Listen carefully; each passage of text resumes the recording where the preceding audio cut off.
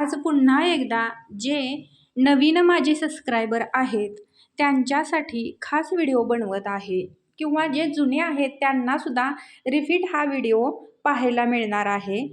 कारण 2 किलो गव्हाच्या पिठाची आज बिस्किट बनवणार आहे. त्यासाठीच व्हिडिओ शेवटपर्यंत बघा, स्किप करू नका. जे नवीन असतील त्यांनी नक्की सबस्क्राईब करा असेच नवनवीन व्हिडिओ पाहण्यासाठी.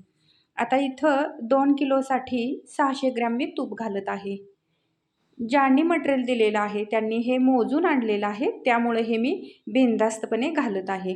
जे मेजरमेंट आहे ते मी तुम्हाला सांगत आहे. इथं मी मोजून घेणार नाही, कारण जे आमच्या आसपास राहणारी लोक आहेत त्या सगळ्यांना माहिती आहे बिस्किटसाठी काय मटेरियल लागतं. त्यामुळं आणि नेहमी करूनसुद्धा नेतात माझ्याकडून, त्यामुळे त्यांना हे मटेरियल माहिती आहे. ते व्यवस्थित मोजून त्यांनी आणलेलं असतं. आता यामध्ये 2 चमचे बेकिंग पावडर, 2 चमचे बेकिंग सोडा म्हणजे 10-10 ग्रॅम एवढं घालून घ्यायचं आहे. यामध्ये आता 4 चमचे अमोनिया घालायचा आहे. आणि बऱ्याचशाच ताईंच्या अशा कमेंट आहेत की अमोनिया नाही घातला तर चालेल का? पण अमोनिया हा घालावाच लागतो, नाहीतर बिस्किट क्रिस्पी होण्याऐवजी मऊ बिस्किट होतं, पूर्ण मऊ होतं आणि केकसारखं होतं. नानकटाईमध्ये कुठलीही पावडर न वापरता नानकटाई बनते, पण बिस्किट कुठल्याही प्रकारचं कुठल्याही क्वालिटीचं असू दे, बिस्किट अमोनियाशिवाय तयार होत नाही. एका ताईची मला कमेंट आलेली आहे की अमोनियाशिवाय मी बिस्किट बनवते, पण या क्वालिटीची ती बिस्किटं होत नाही हे मी 100% सांगू शकते. कारण बिस्किटला क्रिस्पी बनवायचं आणि हलकं बनवायचं हे अमोनिया काम करतं. आणि अमोनिया योग्य प्रमाणात असेल किंवा त्याची जर भाजणी चांगली असेल तर अजिबात त्याचा साईड इफेक्ट होत नाही. हे मिश्रण व्यवस्थित एकत्र करून सुरुवातीला घेतलं. साखर घातली यामध्ये तरीसुद्धा चालतं, पण तूप थोडं मला घट्ट वाटलं म्हणून म्हटलं आधी तूप व्यवस्थित वितळून पावडरीमध्ये एकजीव करून घ्यायचं आणि मग यामध्ये साखर घालायची.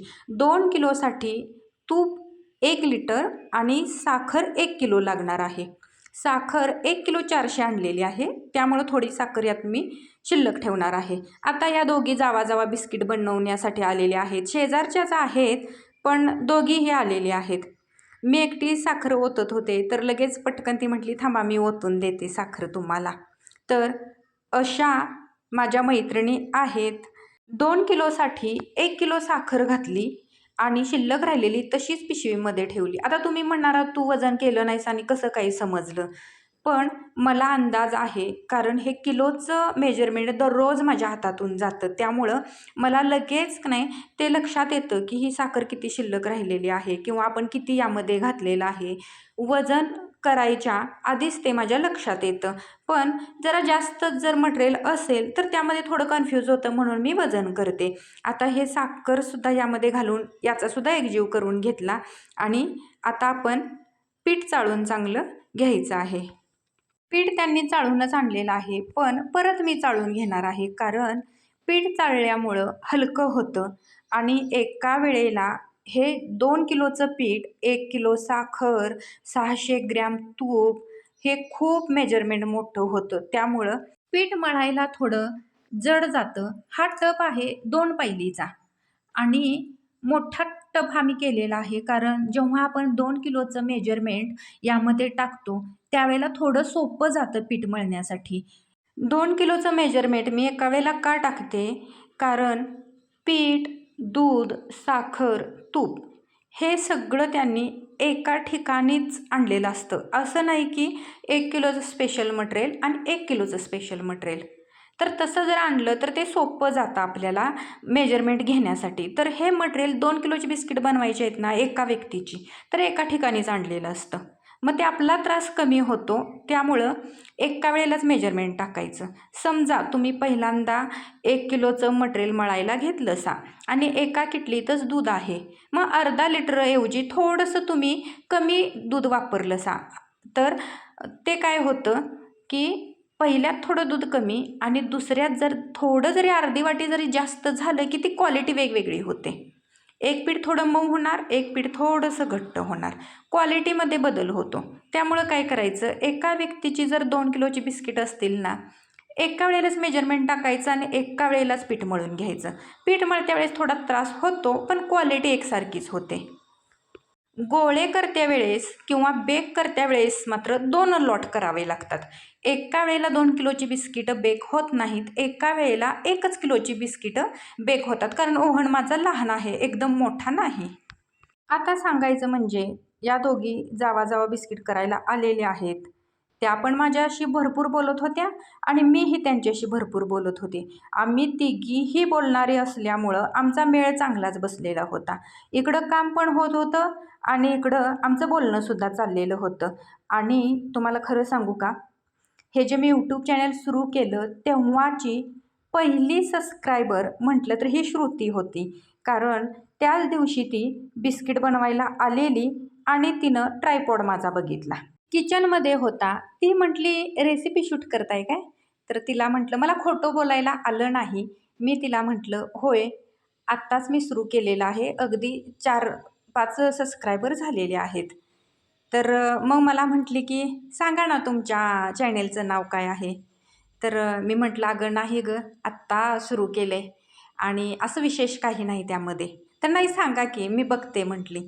आणि तिनं मला सबस्क्रायबर केलं आणि न चुकता दररोज मला ती कमेंट करत होती. आणि कारण इथं आमच्या इथं कुणाला सुरुवातीला माहिती नव्हतं, मी यूट्यूब चॅनल सुरू केलेलं आणि ती दररोज मला कमेंट केल्यानंतर मला इतकी पॉझिटिव्ह एनर्जी यायची ना, भारी वाटायचं. खरंच न चुकता हे आपले व्हिडिओ बघते आणि कमेंट करते.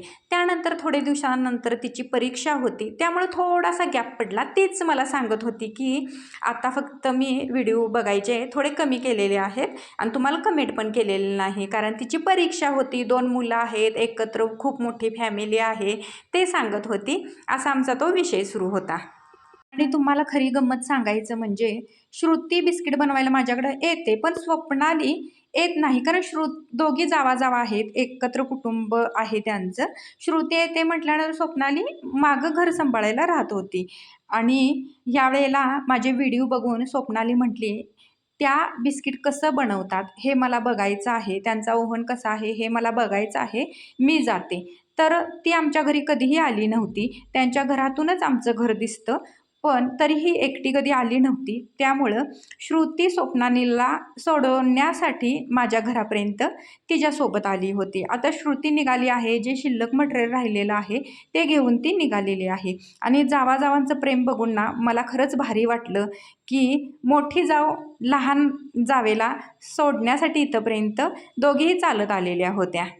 त्यांनी 1 लिटरला जास्त दूध आणलेलं. 1 लिटर आणि 200 मिली एक्स्ट्रा आणलेलं दूध. पण ते दूध सगळंच यामध्ये लागणार आहे. कारण पीठ थोडंसं मोठं दळण्याऐवजी त्यांच्या ते लक्षात आलं नाही. स्पेशलच त्यांनी दळलं आहे, पण त्यांच्या ते लक्षात आलेलं नाही. तरीसुद्धा बऱ्यापैकी हे पीठ बारीकमध्येच मोडतं. आणि प्रत्येक गव्हाची क्वालिटी वेगळी आहे आणि जेवढा जुना गहू तेवढं त्यामध्ये मटेरियल भरपूर खपतं. 300 ग्रॅमऐवजी 400 ग्रॅम तूपसुद्धा यामध्ये खपतं आणि दूध तर 600-700 मिलीसुद्धा यामध्ये चालतं. आता इथं तसंच झालेलं आहे. जे दूध एक्स्ट्राचं होतं ते सगळं दूध यामध्ये बसलं. कारण हे पीठ थोडं जरी मोठं असतं ना, तर बरोबर 1 लिटरमध्ये बसलं असतं. प्रत्येकाच्या गव्हाच्या क्वालिटीवरती हे राहतं. त्यामुळं कसं होतं आहे, की हे जे मेजरमेंट आहे हे आपण ॲडजस्ट करायचं असतं. आपल्याला जशी त्या पिठाची क्वालिटी हवी आहे तसं हे पीठ आपण करून घ्यायचं. आता इथं समजा मैदा असता किंवा पोळीचा आट्टा विकतचा असता, पोळीच्या आट्ट्यामध्ये बरोबर तेवढं दूध बसतं. काही जणांच्या गव्हामध्ये सुद्धा बरोबर अर्धा लिटर परफेक्ट होतं. पण काहींच्या आता शेतगहू असतात, कुणाचे जुने असतात, कुणाचे नवीन असतात, त्याच्यावरती सुद्धा अवलंबून असतं. पण जे मेजरमेंट आहे त्या मेजरमेंटप्रमाणंच हे टाकायचं आहे. पण तरीसुद्धा पीठ जर कोरडं वाटलं किंवा जास्त घट वाटलं तर एक अर्धी वाटी एक्स्ट्रा दूध घातलं तरीसुद्धा चालतं. आता मस्त लुसलुशीत आता हे पीठ झालेलं आहे. आता याचे रोल बनवून घेऊया आणि रोल बनवल्यानंतर याचे गोळे करायचे आहेत.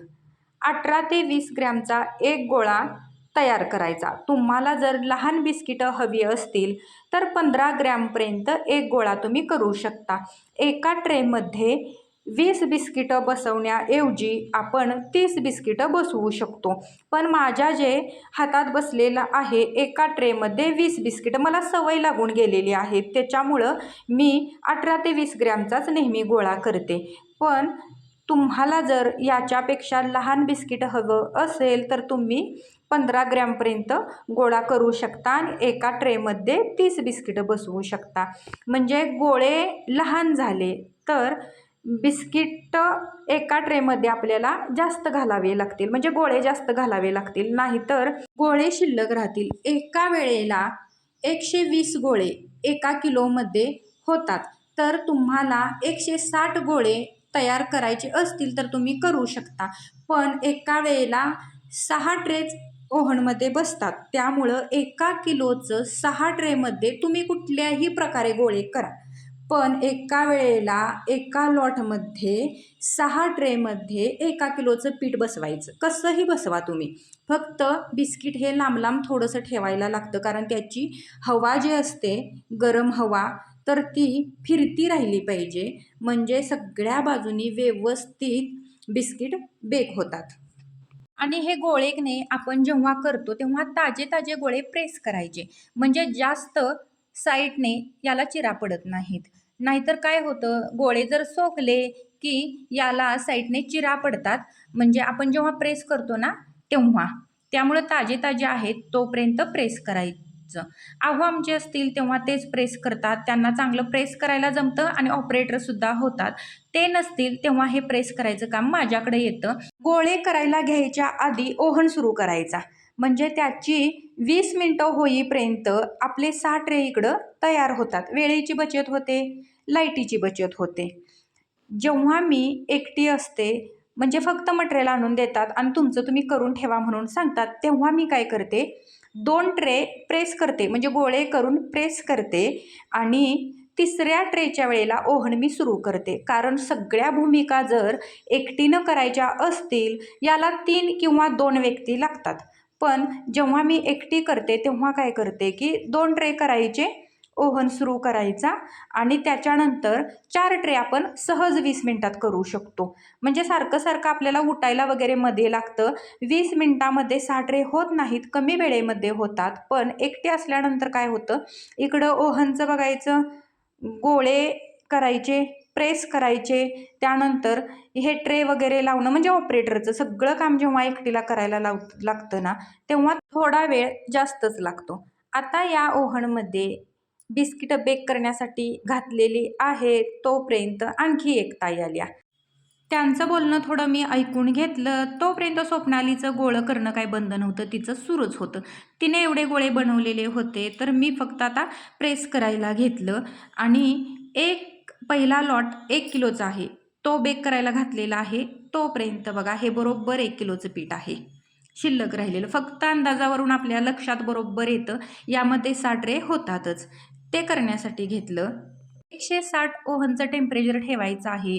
बिस्किटं घालायची आणि त्याच्यानंतर टेम्परेचर थोडं कमी होतं. नंतर ओव्हन सुरू करायचं आहे आणि 160लाच बंद करायचं आहे. त्याच्या पुढे न्यायचा नाही. आणि अशी मस्त खमंग बिस्किटं बघा ही तयार झालेली आहेत. हा लॉट पहिला आहे. दुसरा लॉट अजून बेक होतच आहे. तोपर्यंत ही थंड झालेली बिस्किट आहेत. अजिबात बिस्किट चिकटलेलं नाही बघा. एक बिस्किटसुद्धा चिकटलेलं नाही. गरम आहेत बिस्किटं तरीसुद्धा एकदम अशी खळखळून निघालेली आहेत, कारण यामध्ये मटेरियल भरपूर आहे आणि व्यवस्थित मटेरियल दिलेलं होतं. मी मोजून घेतलेलं नाही, तुम्हाला माहितीच आहे. पण तरीसुद्धा बघा हे प्रमाण किती व्यवस्थित असेल या बिस्किटावरून कळतं. आणि आता इथून पुढे मी एक गोष्ट शिकलेली आहे की बिस्किट मोडून दाखवायचं. आणि हे बघा बिस्किट मी मोडून दाखवते तुम्हाला. किती छान यातील जाळी तयार झालेली आहे आणि भाजणी तर एकदम बेस्ट आहे. खात्या वेळेस बिस्किट खूप छान लागतं. आजचा व्हिडिओ कसा वाटला कमेंटमध्ये सांगा. भेटू उद्याच्या व्हिडिओमध्ये. तोपर्यंत बाय.